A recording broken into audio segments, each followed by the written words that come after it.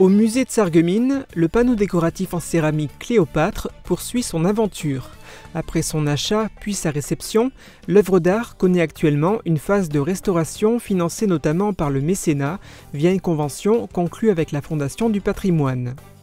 Pour redonner son éclat au panneau, on retrouve un trio de conservateurs-restaurateurs qui s'occupent depuis près de 20 ans des collections muséales de Sarreguemines.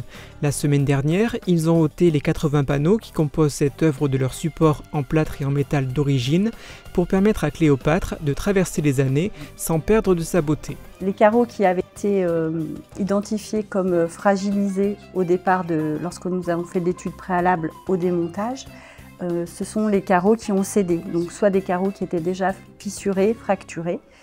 Et là, on est en train donc de faire l'étape suivante, qui est l'étape du collage. Chacun de ces carreaux a été nettoyé. Donc là, on a des tranches le plus propres possible. Et maintenant, je vais réunir ces éléments du puzzle de façon à reconstituer le carreau au plus près de sa forme d'origine.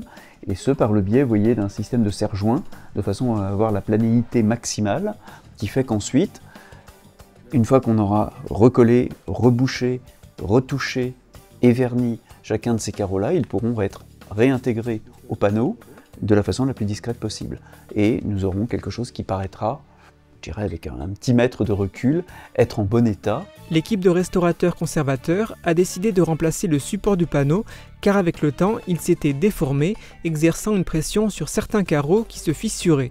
Le nouveau support devrait épargner davantage Cléopâtre. On est sur des panneaux d'alvéolés de polyéthylène qui sont à la fois très légers et rigides et qui permettent d'avoir une grande surface pour un poids très limité. Ces travaux de restauration assez légers doivent se terminer cette semaine. Ce panneau Cléopâtre, réalisé par la manufacture de Sarreguemines vers 1890 et signé Alexandre Sandier, observera ensuite une période de repos avant de réapparaître dans toute sa splendeur aux yeux du grand public le week-end des Journées du patrimoine, les 20 et 21 septembre.